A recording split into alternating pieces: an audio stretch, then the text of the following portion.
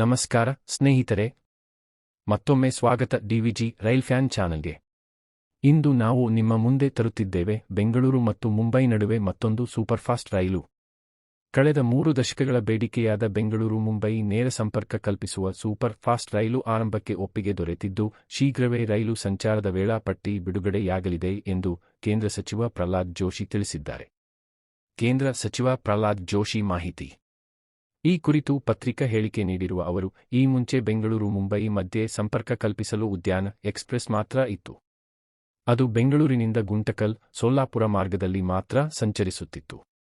ಬೆಂಗಳೂರು ಮುಂಬೈ ನಗರಗಳನ್ನು ಸಂಪರ್ಕಿಸುವ ಇನ್ನೊಂದು ಸೂಪರ್ ಫಾಸ್ಟ್ ರೈಲನ್ನು ಕರ್ನಾಟಕದ ಮಧ್ಯಭಾಗದಿಂದ ಓಡಿಸಬೇಕು ಎಂದು ಕೇಂದ್ರ ರೈಲ್ವೆ ಸಚಿವ ಅಶ್ವಿನಿ ವೈಷ್ಣವ್ ಅವರಿಗೆ ತಾವು ಸಂಸದರಾದ ಬಸವರಾಜ ಬೊಮ್ಮಾಯಿ, ಜಗದೀಶ್ ಶೆಟ್ಟರ್, ತೇಜಸ್ವಿ ಸೂರ್ಯ ಮನವಿ ಮಾಡಿದ್ದೆವು.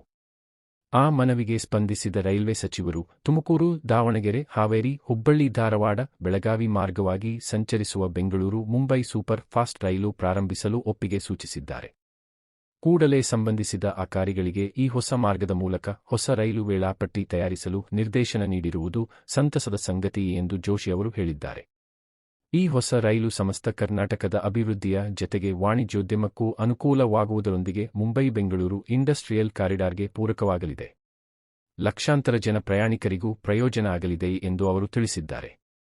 ಹೊಸದಿಲ್ಲಿಯಲ್ಲಿ ಕೇಂದ್ರ ಸಚಿವ ಪ್ರಹ್ಲಾದ್ ಜೋಶಿ ಅವರು ರೈಲ್ವೆ ಸಚಿವ ಅಶ್ವಿನಿ ವೈಷ್ಣವ್ ಅವರನ್ನು ಭೇಟಿ ಮಾಡಿ ಬೆಂಗಳೂರು ಮುಂಬೈ ನೇರ ಸಂಪರ್ಕ ಕಲ್ಪಿಸುವ ಸೂಪರ್ ಫಾಸ್ಟ್ ರೈಲು ಆರಂಭಿಸುವಂತೆ ಮನವಿ ಸಲ್ಲಿಸಿದರು.